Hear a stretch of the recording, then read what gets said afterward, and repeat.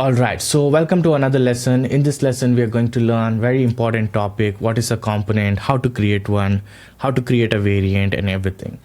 Instead of telling you the definition of this, let's dive deeper into this project itself and take a look at the component here. Here you can see this is a card component, and when I scroll it, you'll see a similar card with different content, right? So you kind of have to design a component once and you can reuse it again and again in your design. So these are also called as a reusable component, and the developers will also have a code for it.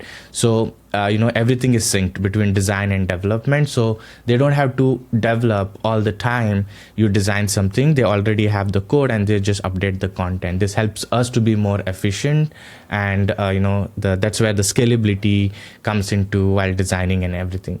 So here we have a component. This is a card component, and then these are all the variants of those components with different content and everything. So you might be curious now how to create a component. That's we're gonna learn.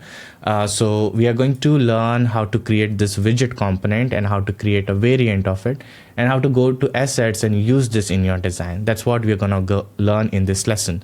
I'll see you in another lesson.